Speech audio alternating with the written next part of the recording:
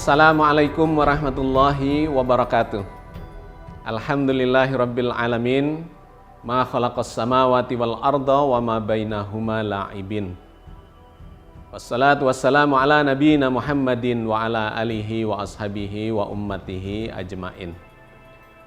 Sahabat sekalian, alhamdulillah kita bertemu lagi untuk melanjutkan kajian kita Islam Futuristik. Hari ini kita memasuki episode yang ke-25. Kita akan melanjutkan kajian kita tentang peradaban manusia di planet bumi ini dan khususnya tentang munculnya manusia pertama di peradaban ini yang kita kenal sebagai Adam. Kita sudah melakukan kajiannya beberapa waktu ya, beberapa episode. Silahkan Anda mengikuti dari episode ke episode, karena kalau Anda hanya mengikuti satu episode, maka Anda akan mendapatkan kepahamannya secara parsial. Padahal di setiap kajian ini akan muncul kontroversi dikarenakan kajian tentang Adam, tentang munculnya manusia pertama di planet bumi ini memang kontroversial dan memiliki banyak versi. Nah, kita mencoba menggali dari Al-Quran Al-Karim sebagai sumber yang paling otoritatif, yang paling otentik, yang langsung informasinya dari Allah. Saya menganjurkan supaya Anda jangan membangun kesimpulan dulu, ya, komentar-komentar yang sifatnya mengadili tetapi Anda sesungguhnya belum paham masalahnya. Ada yang sudah berkomentar dengan hanya melihat satu episode, padahal penjelasannya ada di berbagai episode. Maka komentar itu akan menunjukkan bahwa kepahaman Anda masih sebagian saja, masih parsial, ya, belum utuh. Ada yang lebih buruk lagi, baru melihat sebagian dari episode itu, ya, belum tuntas, nggak nyimak sampai akhir, sudah memberikan komentar, memberikan kesimpulan. Pasti salah lah, karena itu hanya sebagian sudut pandang saja yang sedang kita bangun. Yang paling fatal itu, ya, paling parah adalah cuma membaca judulnya saja, kemudian memberikan komentar. Sahabat sekalian, maksud dari kita membuat program ini bukan untuk mencari siapa yang benar, siapa yang salah, atau saling menyalahkan, ya, kemudian menuding siapa yang sesat dan tidak, dan seterusnya, bukan. Program Islam Futuristik ini kita bangun, bahkan channel ini, ya, channel yang membahas tentang Islam futuristik dan cangkir tasawuf dengan sudut pandang saintifik dan kemudian dengan menggunakan dalil-dalil dari dalam Al-Quran Al-Karim. Tujuan utamanya itu adalah membangun budaya keilmuan yang egaliter, yang bagus, karena umat Islam ini sebetulnya diajari untuk berbudaya keilmuan yang tinggi. Bukan saling sesat menyesatkan, saling mengklaim kebenaran. Kebenaran hanya milik Allah. Tetapi kita dianjurkan oleh Allah untuk belajar sambil beradu argumentasi, di mana argumentasinya itu diambil dalilnya dari dalam kitab suci, dari firman Allah yang paling otoritatif, itu yang paling kuat. Ditambah dengan pendekatan-pendekatan yang logis, yang rasional, yang ilmiah, yang empirik, yang saintifik. Nah, dengan cara ini kita berharap umat Islam ini pemikirannya maju, bukan ketinggalan di masa lalu sementara peradaban sedang bergerak secara cepat ke masa depan. Kalau kita tetap melakukan kajian-kajian yang bersifat tradisi tanpa mengikuti perubahan peradaban, maka inilah yang terjadi pada umat ini, ya, selama ratusan tahun terakhir ini umat Islam ketinggalan di seluruh lini kehidupannya. Padahal umat ini oleh Allah didesain sebagai umat teladan. Ya, jadi desainnya umat teladan tapi nggak jadi teladan. Inilah sekarang yang terjadi pada umat ini. Di seluruh lini peradaban kita ketinggalan. Di bidang politik, bidang ekonomi, bidang militer, bidang sains, bidang teknologi dan segala macam, ya, budaya, peradaban kita ketinggalan. Kenapa? Karena kita terjebak kepada pemikiran-pemikiran yang berhenti, tidak mengikuti perkembangan zaman, sambil terus melakukan kajian eksplorasi dari dalam Al-Quran Al-Karim, di mana Nabi pun diutus oleh Allah untuk menyampaikan risalah ini dari kitab suci ini, sehingga Nabi itu disebut sebagai Al-Quran yang hidup, Al-Quran yang berjalan, di mana tugas beliau adalah ma'ala rasuli ilal balag. Tidak ada tugas Nabi itu kecuali menyampaikan isi Al-Quran. Nah karena itu kita ini sekarang sedang mengikuti apa yang dilakukan oleh Rasulullah itu, karena kita adalah pengikutnya. Kita sedang mengkaji kitab suci yang disampaikan, diwariskan oleh Nabi kita itu. Nah, kajian-kajian ini harus mengikuti perkembangan keilmuan terus-menerus sampai akhir zaman, karena peradaban memang terus bergerak ke masa depan. Ya, jadi ini poin pentingnya. Jangan salah, kemudian Anda mengira saya melakukan klaim kebenaran, saya sedang memaksakan kehendak dan sebagainya. Enggak, sama sekali tidak. Hanya Allah yang tahu siapa yang benar, siapa yang salah. Siapapun selain Nabi, ya, bahkan generasi-generasi sesudah Nabi, sehebat apapun, tidak ada yang berhak untuk mengklaim kebenaran itu, karena Al-Quran yang memberitakan itu. Hanya Allah yang tahu siapa orang-orang yang dapat petunjuk dan siapa orang-orang yang tersesat dari jalannya. Ya, jadi poin penting ini perlu saya tegaskan kembali, dan ini berulang-ulang saya sampaikan di berbagai episode, karena masih banyak yang berpikiran bahwa ini adalah untuk saling klaim kebenaran, menyesatkan dan sebagainya ya. Sama sekali tidak, ya, sama sekali tidak. Anda melihat ini sebagai sebuah pendapat yang bermanfaat, silahkan dijalankan. Kalau enggak ya tinggalkan saja. Tidak ada masalah sama sekali dengan itu. Ya, oke. Kita lanjutkan kajian kita tentang munculnya peradaban manusia atau munculnya manusia di permukaan bumi ini. Kita sudah membahas berepisode-episode, dan saya menyambungkan dengan episode yang lalu di mana kita telah membahas tentang yang disebut sebagai nafsu wahidah, diri yang satu. Yang selama ini banyak pendapat ya di masa lalu, pendapat-pendapat klasik yang mengatakan bahwa diri yang satu itu adalah Adam. Ada sejumlah ayat ya yang sudah kita kaji sesungguhnya di episode yang lalu, di mana ada satu ayat yang dianggap sebagai itu menunjukkan bahwa seluruh manusia ini berasal dari Adam, yang di situ diistilahkan sebagai nafsu wahidah. Ayat itu ada di dalam surat An-Nisa ayat pertama. Ya, saya sambungkan sedikit secara cepat, nanti akan kita tambahkan dengan sudut pandang yang lain supaya kita memiliki kesimpulan yang komprehensif. Allah berfirman di dalam surat An-Nisa ayat pertama itu. A'udzubillahi minasyaitonirrajim. Bismillahirrahmanirrahim. Ya ayyuhan nasu taqu rabbakumul ladzi khalaqakum min nafsin wahidah wa khalaqa minha zaujaha wa bassa minhuma rijalan katsiran wa nisaa. Wahai sekalian manusia, bertakwalah kepada Tuhanmu yang telah menciptakan kamu dari diri yang satu, dan daripadanya Allah menciptakan pasangannya.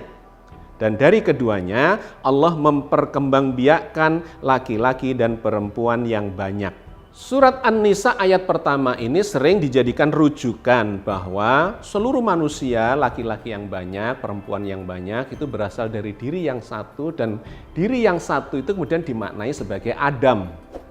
Nah, di episode yang lalu kita telah memberikan bukti-bukti berdasarkan penjelasan ayat yang lain, ya. Bukan dari mana-mana, dari firman Allah sendiri, bahwa diri yang satu, nafsu wahidah, yang disebut di dalam surat An-Nisa ayat pertama ini sesungguhnya tidak mengacu kepada Adam, melainkan mengacu kepada sebuah substansi dasar yang menjadi cikal bakal dari munculnya manusia yang banyak di permukaan bumi ini. Semua manusia, laki-laki dan perempuan, dari dulu sampai sekarang sampai nanti, itu muncul dari nafsu wahidah, dari diri yang satu itu. Nah, di ayat yang lain kemudian dijelaskan siapa nafsu wahidah itu, di mana ternyata penjelasannya menunjukkan bahwa itu bukan Adam. Ya, di antaranya yang sudah kita bahas adalah dari surat Al-A'raf ayat 189 dan 190. Huwallazi khalaqakum min nafsin wahidah wa ja'ala minha zaujaha liyaskuna ilaiha. Dialah yang menciptakan kalian semua dari diri yang satu dan darinya dia menciptakan pasangannya agar dia berdiam dengan tenang bersamanya. Nah, ayat ini dimaknai sebagai mendukung, ya, ada yang berpendapat bahwa ini mendukung nafsu wahidah. Karena di situ lagi-lagi diceritakan dari nafsu wahidah, dari diri yang satu itulah diciptakan manusia yang banyak. Tetapi kalau Anda tidak berhenti di ayat 189 itu dan kemudian melanjutkan ke ayat 190, maka Anda akan mendapati bahwa diri yang satu, ya, yang kemudian diciptakan pasangan dari dirinya itu, kemudian mempunyai anak yang soleh karena berdoa pada Allah dan dikabulkan. Nah, di ayat yang 190 itu Allah mengatakan atau menceritakan bahwa suami istri ini, pasangan ini ternyata kemudian menyekutukan Allah. Karunia anaknya itu ternyata membuat dia lebih cinta kepada anaknya, mengurusi anaknya dibandingkan urusan yang berkait dengan agama, dengan ketauhidan, dengan Allah, ya. Maka dengan ini Al-Quran menunjukkan kepada kita bahwa yang dimaksud sebagai nafsu wahidah itu sesungguhnya bukan Adam dan Hawa. Karena Adam dan Hawa itu tidak menyekutukan Tuhan. Tetapi di sini diceritakan sebagai setelah dikasih anak, pasangan itu kemudian menyekutukan Tuhan. Ya, jadi silahkan kalau ingin detailnya dilihat atau disimak lagi di episode yang lalu. Bahwa justru surat Al-A'raf 189 dan 190 itu mementahkan pendapat, kesimpulan yang mengatakan bahwa nafsu wahidah itu adalah Adam, bukan. Nah, itu yang kedua. Yang ketiga, Allah menambahkan penjelasan tentang nafsu wahidah itu di surat yang berbeda. Dalam surat Al-An'am ayat 98. Lagi-lagi bicara tentang nafsu wahidah, tetapi orientasinya ternyata memang tidak kepada Adam yang dimaksudkan oleh kebanyakan pendapat yang berkembang itu. Karena ternyata di ayat ini Allah menunjukkan bahwa nafsu wahidah itu sesungguhnya secara lebih spesifik lagi menunjuk kepada satu substansi yang menjadi cikal bakal manusia seluruhnya. Wa huwallazi ansha'akum min nafsin wahidah wa mustaqarru wa mustauda qad fasalnal ayati liqaumi yafqahun. Dan dialah yang menciptakan kamu dari diri yang satu, maka ada tempat menetap dan tempat menyimpan. Sesungguhnya telah kami jelaskan tanda-tanda kebesaran kami kepada orang-orang yang paham atau orang-orang yang mengerti. Nah, sahabat sekalian, di ayat ini kembali Allah bercerita tentang nafsu wahidah. Tetapi sambil menambahkan bahwa nafsu wahidah, diri yang satu yang menjadi cikal bakal manusia itu memiliki tempat menetap dan tempat penyimpanan. Ya, jadi pasti ini bukan bicara soal Nabi Adam. Ini adalah berbicara tentang cikal bakal manusia secara keseluruhan yang dia mengalami proses transit di dalam rahim. Ya, detailnya sekali lagi silahkan disimak dari episode yang sebelumnya. Tetapi saya cuma ingin mengatakan bahwa Al-Quran sendiri yang menyanggah bahwa nafsu wahidah, diri yang satu itu bukanlah Nabi Adam. Melainkan menunjuk kepada satu substansi dasar cikal bakal munculnya manusia. Semakin menjadi jelas ketika kita membaca penjelasan Allah di dalam surat yang lain lagi. Di dalam surat Az-Zumar ayat 6. Di sana Allah berfirman, khalaqakum min nafsin wahidah tsumma ja'ala minha zaujaha wa anzala lakum minal an'ami tsamaniyata azwaj yakhluqukum fi butuni ummahatikum khalqam min ba'di khalqin fi dhulumatin salas dzalikumullahu rabbukum lahul mulk la ilaha illahu fa anna tusyrafun. Dia menciptakan kamu dari diri yang satu. Kemudian dia jadikan darinya pasangannya. Dia menurunkan untuk kamu 8 pasang an'am. Dia menciptakan kamu sekalian di dalam perut ibumu, kejadian demi kejadian dalam 3 kegelapan. Yang demikian itu adalah Allah, Tuhan kamu, Tuhan yang mempunyai kerajaan. Tidak ada Tuhan selain Dia, maka bagaimana kamu dapat dipalingkan?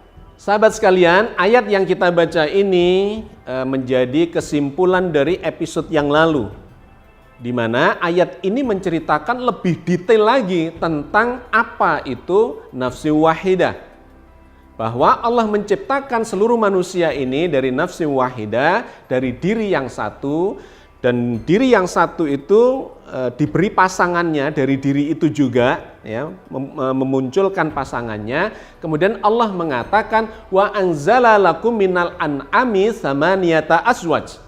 Kemudian Allah menurunkan 8 pasang dari an'am, ya, bagi kalian. Nah, di sini mulai menarik karena sesungguhnya ini cerita tentang penciptaan manusia, tiba-tiba muncul istilah al-an'am yang dalam banyak ayat itu dimaknai sebagai binatang ternak. Tetapi dalam konteks ini menjadi tidak nyambung. Karena sesudah turun 8 an'am itu, kemudian Allah mengatakan Allah menciptakan kalian di dalam perut ibu kalian. Jadi ini bukan an'am dalam arti binatang ternak itu, tetapi sesuatu yang bisa berkembang biak. Dari sepasang, ya, dari diri yang satu dibentuk atau diciptakan pasangannya, dan kemudian Allah menjadikan ini turun, ya, dari tempat semula ke satu tempat yang lain sambil membelah, sambil berkembang biak sebanyak 8 pasang. Nah, kalau ini Anda cross check dengan data ilmiah, maka Anda akan mendapati bahwa penciptaan manusia di dalam rahim itu berasal dari satu diri, dari satu sel, yang kemudian sel itu bisa membelah menjadi 2, menjadi 4, menjadi 8, ya, menjadi 16. Jadi 8 pasang itu berarti adalah 16 sel. Maka kalau Anda lihat dalam ilmu kedokteran, Anda akan mendapati ternyata stem cell, ya, sel induk setelah telur dibuahi oleh spermatozoa menjadi satu, kemudian dia membelah, membentuk pasangan. Di mana itu berada? Ternyata tidak di dalam rahim, melainkan berada di saluran tuba falupii, ya, antara rahim dengan indung telur. Di sanalah pertemuan itu terjadi antara sel telur dengan sel spermatozoa. Setelah bertemu, maka dia membelah, membentuk pasangan. Dan terus membentuk pasangan lagi dari 2 menjadi 4. Dari 4 menjadi 8, dari 8 menjadi 16. Nah, saat menggelinding itu, maka dia kemudian sambil membelah dan menuju kepada rahim. Di sanalah menjadi tempat penyimpanan, tempat menetap dan tempat menyimpan untuk sementara waktu. Sehingga kemudian Allah mengatakan, dan di dalam perut ibu kalian itulah Allah membentuk tubuh kalian. Di dalam rahim itulah Allah membentuk tubuh kalian, dan seterusnya kemudian terlahir sebagai bayi. Ya, jadi ini poin pertama dari surat Az-Zumar ayat 6 itu, bahwa satu diri itu sekali lagi tidak menunjuk kepada seorang manusia bernama Adam, melainkan menunjuk kepada substansi seluler yang disebut sebagai stem cell, di mana dia membelah kemudian sambil turun ke rahim, dan di dalam rahim itulah kemudian Allah menjadikan rahim itu sebagai tempat membentuk tubuh manusia, tempat menetap, ya, mustaqarru wa mustauda, tempat menetap untuk sementara waktu selama beberapa bulan, dan kemudian nanti terlahir sebagai manusia. Itu yang pertama, ya. Kata an'am itu di dalam kamus kalau Anda lihat bisa bermakna beberapa macam. Di antaranya adalah bermakna kenikmatan. An'amta alaihim misalnya, ya, dalam surat Al-Fatihah itu. Kenikmatan yang engkau berikan kepada mereka, atau orang-orang yang engkau beri kenikmatan. An'am. Bisa juga bermakna anugerah. Bisa juga bermakna an'am itu adalah sesuatu yang lembut. Dan makna yang lainnya lagi adalah yang berkembang biak. Jadi istilah al-an'am minal an'ami samaniyata azwaj, ya, 8 pasang dari an'am itu tidak menunjuk pada binatang ternak, tetapi kepada sesuatu yang lembut, ya, anugerah dari Allah yang lembut, yang dia bisa berkembang biak, membelah dengan sendirinya, ya, diproses oleh Allah, membelah di dalam rahim itu, dan kemudian nanti menetap di dalam atau menetap di dinding rahim itu. Maka kata an'am, istilah an'am di dalam ayat ini itu adalah mengacu kepada gabungan dari seluruh makna itu tadi, bahwa minal an'ami samaniyata aswad, ya, Allah menurunkan al-an'am dalam bentuk 8 pasang atau menjadi 8 pasang, itu bukan mengarah kepada binatang ternak, tetapi kepada sesuatu anugerah Allah, ya, nikmat yang itu bersifat lembut dan kemudian bisa berkembang biak sambil menggelinding turun dari saluran tuba falupi itu menuju ke rahim. Dan nanti di sanalah dia akan menetap untuk sementara waktu dan akhirnya lahir sebagai bayi. Ya, satu. Yang kedua, di dalam ayat itu kemudian Allah mengatakan, Allah membentuk kalian di dalam rahim atau di dalam perut ibumu dalam fase 3 kegelapan.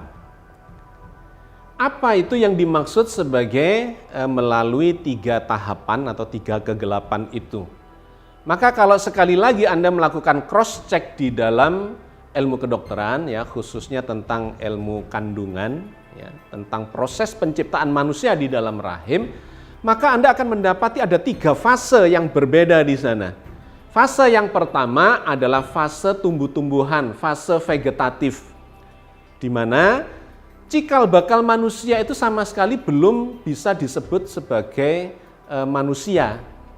Karena bentuknya itu belum ada kepalanya, belum ada tangannya, belum ada kakinya, belum ada pokoknya organ-organ yang menunjukkan dia sebagai manusia. Cuma berupa sel yang membelah menjadi 2, menjadi 4, 8, 16, 32, 64 dan seterusnya ya. Sambil turun ke dalam rahim dan kemudian mencari tempat untuk tumbuh terus di sana. Nah, dia kemudian nempellah di dinding rahim. Ketika dia nempel dinding rahim itu, kemudian keluar akarnya. Ya, semacam serat-serat, semacam akar begitu, yang akar itu kemudian masuk ke dalam dinding rahim dan kemudian membentuk jaringan-jaringan, ya, pembuluh darah di sana sehingga dia bisa hidup. Persis mirip dengan tanaman. Ini mengingatkan kita di dalam Al-Quran, ya, di episode yang lalu lagi, sebelumnya lagi, ketika Allah mengatakan Allah menumbuhkan kalian, ya, dari bumi ini. Jadi itu bukan proses di luar rahim menumbuhkan seperti tanaman itu. Karena Allah menggunakan kata ambatakum minal ardi. Allah menumbuhkan kalian dari bumi. Ternyata proses itu terjadi di dalam rahim.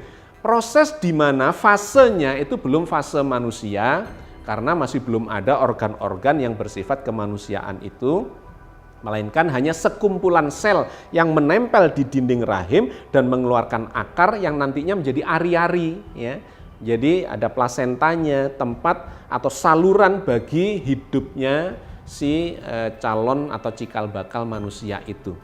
Itu mirip dengan tumbuh-tumbuhan. Nah, setelah itu mulailah sel-sel itu berkembang biak, ya, mengarah menuju kepada bentuk binatang. Muncul kepalanya, muncul tangannya, muncul kakinya, dan muncul ekornya. Jadi kalau Anda melihat embrio pada usia di sekitar 40-an hari sampai 60 hari, maka Anda akan mendapati manusia pun sesungguhnya pada waktu itu memiliki ekor. Ini mengingatkan kita seperti kecebong, ya, seperti berudu, anaknya katak itu pada saat kecil dia punya ekor, kemudian nanti ekornya hilang, muncul kakinya, melompat ke daratan dan seterusnya, ya, yang sudah pernah kita bahas. Nah, ternyata proses semacam itu terjadi di dalam rahim manusia. Dari fase tumbuh-tumbuhan yang belum punya organ-organ kemanusiaan, kemudian muncul atau berubah menjadi seperti binatang. Nah, ini fase yang kedua, ya, fase tumbuhan, kemudian fase binatang. Di sekitar itu, ya, di sekitar 40-an hari itu atau sebelum 40 hari itu, sosok embrio itu tidak bisa disebut atau tidak bisa dibedakan. Apakah ini embrionya manusia, embrionya binatang, embrionya hewan-hewan apa saja, itu nggak bisa dibedakan. Barulah setelah 40 harian itu mengarah kepada proses peralihan menuju ke bentuk manusia. Ekornya akan mulai memendek gitu ya. Kepalanya semakin jelas membentuk kepala seorang manusia, tangannya 2, bukan banyak tangannya seperti binatang yang lain, mungkin ada yang punya tangan 8 dan seterusnya, ya kakinya, organ-organ tubuhnya itu mengarah kepada bentuk manusia. Nah, ketika mencapai usia 60 hari, maka bentuk manusia itu sudah sempurna. Kepalanya, tangannya, kakinya, dan seterusnya, tetapi ukurannya itu masih sekitar ya 2,5 cm atau 3 cm. Jadi kecil, tetapi bentuknya sudah kelihatan itu bentuk manusia. Tinggal membesarkan saja. Itulah kemudian yang disebut sebagai fase yang ketiga, di mana Allah menciptakan proses itu mulai dari fase tumbuh-tumbuhan, fase binatang, dan fase manusia, dan semua itu terjadi di dalam rahim. Nah, kita kemudian menjadi ingat firman Allah di ayat yang lain yang mengatakan yusawwirukum fil arhami kaifa yasha. Allah membentuk tubuh kalian itu di dalam rahim. Ya, di ayat yang lain dikatakan tahap demi tahap. Di ayat yang lainnya lagi dikatakan melalui 3 tahapan, 3 kegelapan. Allah membentuk tubuh kalian di dalam rahim sebagaimana Dia kehendaki. Oke, sahabat sekalian, jadi sampai di sini semakin jelas bahwa nafsu wahidah, diri yang satu itu bukan Adam yang digambarkan sebagai Adam dalam bentuk manusia. Melainkan kalau ini masih mau disebut sebagai Adam, ya, maka ini Adam yang dibentuk di dalam rahim yang menjadi cikal bakal tubuh manusia seluruhnya, termasuk Nabi Adam yang manusia itu sendiri. Bahwa semua manusia ini sesungguhnya berasal dari stem cell, perpaduan dari sel telur dengan spermatozoa yang kemudian membentuk pasangan, dan dari pasangan itu kemudian jadilah manusia, ya, mengikuti proses yang sudah kita bahas itu tadi. Oke, sahabat sekalian, pertanyaan berikutnya adalah ada yang menanyakan tentang makna dari nafsin wahidah itu. Nafs itu adalah diri, wahidah itu satu, ya. Karena nafs itu dalam bahasa Arab itu diperempuankan, maka tidak wahid kata penjelasnya, melainkan wahidah. Jadi ini bukan menunjukkan nafs itu adalah seorang wanita, bukan. Karena ada yang berpendapat ya bahwa nafsu wahidah itu adalah perempuan. Sesungguhnya bukan, karena wahidahnya itu bukan menunjuk kepada jenis kelamin dari si nafs itu, melainkan kepada kata, ya, kata nafs itu diperempuankan. Jadi mu'annas, ya, bukan muzakkar tetapi mu'annas, diperempuankan, sehingga penjelasnya adalah menggunakan kata wahidah.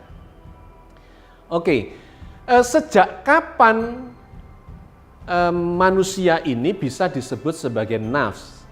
Ya, pertanyaan ini menarik karena akan semakin memperjelas bahwa nafs wahidah, ya, nafsu wahidah itu sesungguhnya adalah cikal bakal manusia yang berada di dalam rahim, dan bukan Nabi Adam yang diciptakan di luar rahim mengikuti pendapat yang selama ini diikuti, ya. Dari mana atau di ayat mana kita bisa mendapatkan penjelasan itu? Maka silahkan buka surat Al-A'raf ayat 172. Di sana Allah menceritakan tentang munculnya nafs itu, bahwa sejak di dalam rahim itulah sesungguhnya manusia itu sudah disebut sebagai nafs. Ya, dalam surat Al-A'raf ayat 172 Allah berfirman demikian. Wa idza akhadha rabbuka min bani adama min zuhurihim dzurriyyatahum wa ashhadahum ala anfusihim alastu birabbikum qalu bala syahidna an taqulu yaumal qiyamati inna kunna an hadza ghafilin. Dan ingatlah ketika Tuhanmu mengeluarkan keturunan anak Adam dari tulang belakang mereka, dan Allah mengambil kesaksian terhadap jiwa mereka seraya berfirman, bukankah aku ini Tuhanmu? Mereka menjawab, betul, engkau Tuhan kami. Kami menjadi saksi. Kami lakukan yang demikian itu agar di hari kiamat kamu tidak mengatakan, sesungguhnya kami adalah orang-orang yang lalai terhadap hal ini. ayat ini sangat menarik karena menceritakan munculnya yang disebut nafs itu. Wa idza akhadha rabbuka min bani adama min zuhurihim dzurriyyatahum. Ingatlah ketika Allah mengeluarkan keturunan Adam, ya, Bani Adam min zuhurihim dzurriyyatahum, dari tulang punggungnya, ya, keturunan mereka. Jadi ini menarik ini, karena ternyata cikal bakalnya itu muncul dari tulang belakang, min zuhurihim dzurriyyatahum. Dan selanjutnya kemudian Allah mengatakan di situ wa asyhadahum ala anfusihim. Kemudian Allah Allah meminta mereka untuk bersyahadat. Siapa yang diminta bersyahadat itu adalah wa asyhadahum ala anfusihim, yaitu jiwa-jiwa mereka. Kata anfus itu adalah jamak dari kata nafs. Nah, di sini menariknya, jadi sejak dikeluarkan dari tulang punggungnya, dari tulang belakangnya, sesungguhnya manusia ini sudah disebut sebagai nafs. Jadi ini menjadi penjelas dari pertanyaan, ada seorang kawan bertanya, kapan itu zat itu, ya, yang disebut stem cell itu bisa disebut sebagai nafs? Karena biasanya nafs itu dimaknai sebagai diri manusia seutuhnya. Tetapi kalau Anda melihat di dalam kamus, Anda akan mendapati makna nafs itu. Nafs itu bisa bermakna diri, bisa bermakna jiwa, bisa bermakna esensi, bisa bermakna zat. Jadi ternyata tidak harus bentuk manusia. Karena itu tetap make sense ketika nafsu wahida itu tidak menuju ya pemahamannya kepada bentuk manusia, tetapi kepada satu zat yang esensial yang menjadi cikal bakal tubuh manusia.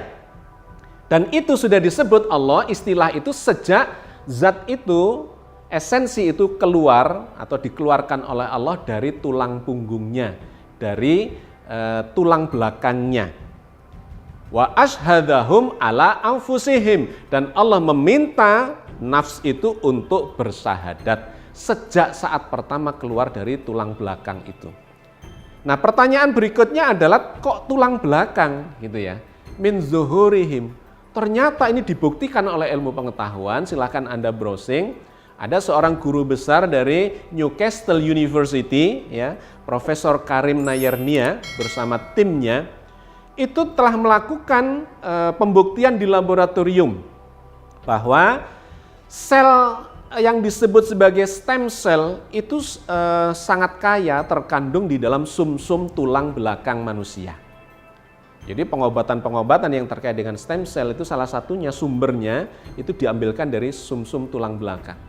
Nah, yang menarik dari pembuktian itu adalah stem cell yang berasal dari tulang belakang itu dikembangbiakkan di dalam laboratorium untuk menjadi sel gamit.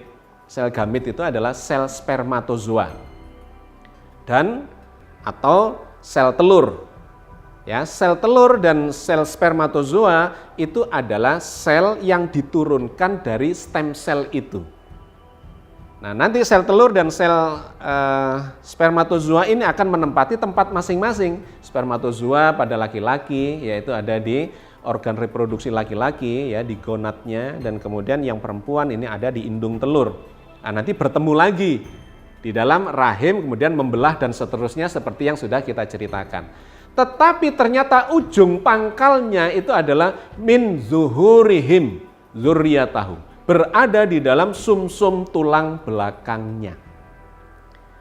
Maka dengan ini menjadi semakin gamblang ya penjelasannya bahwa sesungguhnya semua manusia ini memang berasal dari diri yang satu, nafsu wahidah, sudah disebut nafs sejak dia dikeluarkan oleh Allah dalam bentuk stem cell dari tulang belakangnya atau dari sumsum tulang belakangnya yang nanti barulah kemudian turun menuju ke organ reproduksi masing-masing dari seorang laki-laki dan perempuan, kemudian terjadi perkawinan dan seterusnya di dalam rahim Allah membentuk tubuh manusia itu sampai kemudian dilahirkan menjadi seorang bayi.